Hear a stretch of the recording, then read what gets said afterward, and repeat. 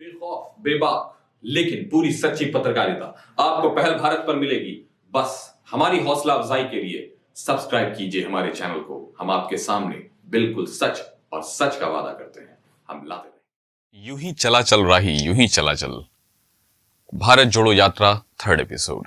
मैं काशिफ पहल करता हूं पहल भारत पर।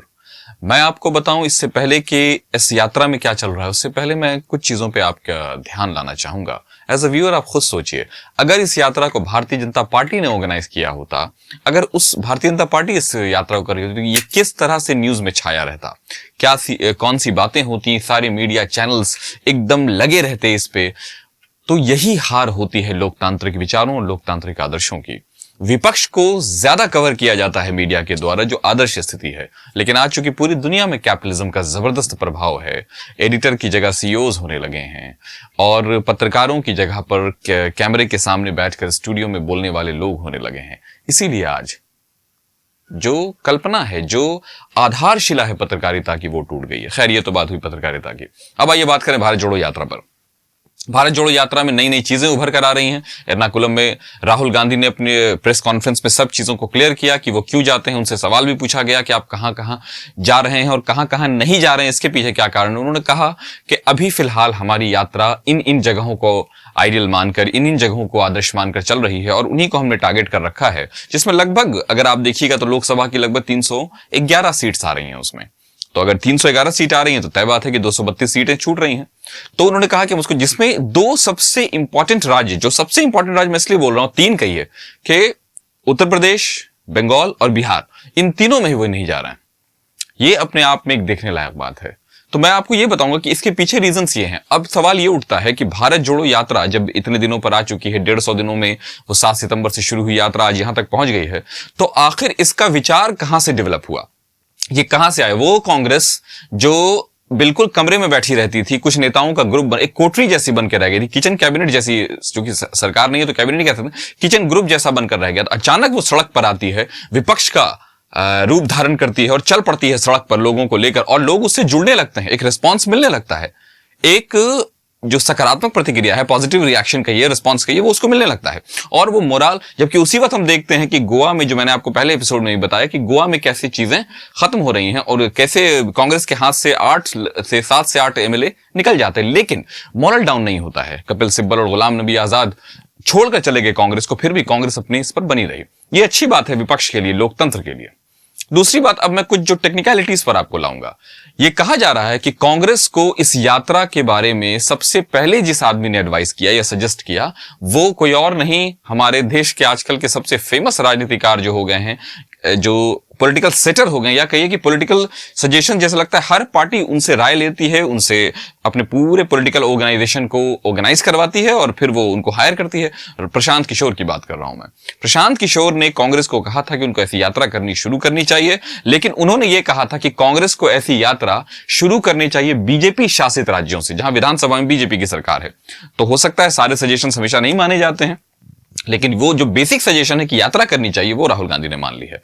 और वो यात्रा लेकर केरल से, हम सब जानते हैं कि वो निकले थे, कन्याकुमारी से निकले थे वो, और करते करते उन्होंने लगभग जितने, अब मैं आपको ये बताऊं, टेक्निकल 311 वो सीट्स हैं जिस पर कांग्रेस को ये लगता है कि वो हमेशा से मजबूत रही है, हमेशा से मजबूत रही है। भले अभी मजबूत ना हो, सरकारें उसकी नहीं हो, चीजें खत्म हो गई हैं, बहुत सारी चीजें अजीब से कांग्रेस के मामले में अजीब शक्ल अख्तियार कर गई हैं, लेकिन फिलहाल वो कांग्रेस को मानकर चलती है कि हम वहां चीजों को बहुत हद तक कंट्रोल कर सकते हैं और वो हमारे फेवर में चीजें आ सकती हैं।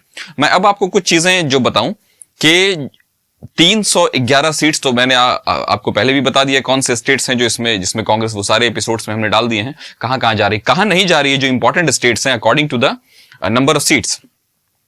उत्तर Pradesh 80 seat, Bihar 40 seat, West Bengal 42 seat, Gujarat 26 seat, Jharkhand 14 seat, Uttarakhand 5 seat, north east 14 seat. आप सोचिए, एक बात जो बहुत अपने आप में गौर करने लायक है, ये वो स्टेट्स हैं जहां कांग्रेस अपने लिए जमीन खोज सकती है, तलाश कर सकती है। फिर ऐसा क्यों नहीं कर रही है? हो सकता है कांग्रेस ने यह सोचा हो कि ये फर्स्ट फेज है हमारी यात्रा का, इसके बाद हम शुरू करेंगे, अगर इस यात्रा में कामयाबी मिली, अगर रिस्पॉन्सेज अच्छे मिले, तो हो सकता है वो अगली बार जो यात्रा शुरू करें इसके बाद उसमें वो चीजें रहें। यात्रा का इतिहास रहा है, यात्रा से हमेशा पॉजिटिव वाइब्स कांग्रेस को मिलती आई है। आप याद कीजिए, गांधी जी ने यात्रा की थी, हमेशा बड़े बड़े नेताओं ने यात्रा की है। मैंने आपको पहले भी सुना, चंद्रशेखर ने की थी, सुनील दत्त ने की थी। इस तरह से लोग करते रहे हैं यात्रा, और उसके जो नतीजे हैं वो आते रहे। राजीव गांधी ने यात्रा की थी। तो कहीं ना कहीं कांग्रेस का एक जुड़ाव यात्रा के साथ, चूंकि वो नेशनल स्ट्रगल के टाइम में, नेशनल मूवमेंट के टाइम में कांग्रेस चली आ रही है, उस वक्त यात्रा, गांधी का तो पूरा जीवन ही यात्रा था। पूरी जीवन ही उनकी इस बात पर थी कि कैसे वो भारत को जान पाए। तो तय है कि उसका एक अलग से कनेक्शन है। अब दूसरी तरफ एक और टेक्निकलिटीज है कि क्या कांग्रेस सिर्फ इसी से अपने आप को समझ रही है वो सामने आ जाएगी? क्या सिर्फ यात्रा, भारत जोड़ो यात्रा नाम दे देने से ही भारत कांग्रेस के फेवर में आ जाएगा मामला, कांग्रेस सरकार बना लेगी?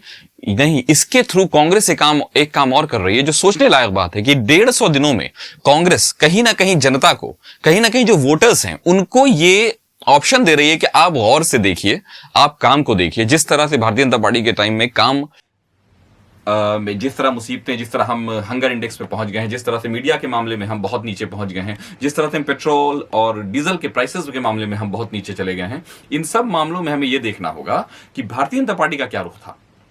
ये अपने आप में बोलूं तो कांग्रेस ये बता रही, आप गहन अध्ययन कीजिए, मंथन कीजिए, अमृत उससे निकलेगा। आप 150 दिनों में एक काम उसने जनता को, देखिए हम कितने भी बड़े किसी के सपोर्टर हों, हम कहीं ना कहीं फिर जब अपने दिल से तो रियलाइज करते हैं, तो मामला ये चल रहा है, जीतेंगे कौन, कौन हारेंगे, इस यात्रा का क्या एग्जैक्ट रिजल्ट आएगा, वो बात की बात है। लेकिन एपिसोड 3 में जो मैंने आपको इंपॉर्टेंट बातें बताई वो ये है कि एर्नाकुलम में कांग्रेस अध्यक्ष अध्यक्ष तो नहीं कह सकते, अध्यक्ष की तो लड़ाई चल रही है, कौन बनेगा अध्यक्ष। फिलहाल दिग्विजय सिंह का भी नाम आया है कि वो भी अपना नाम डाल रहे हैं।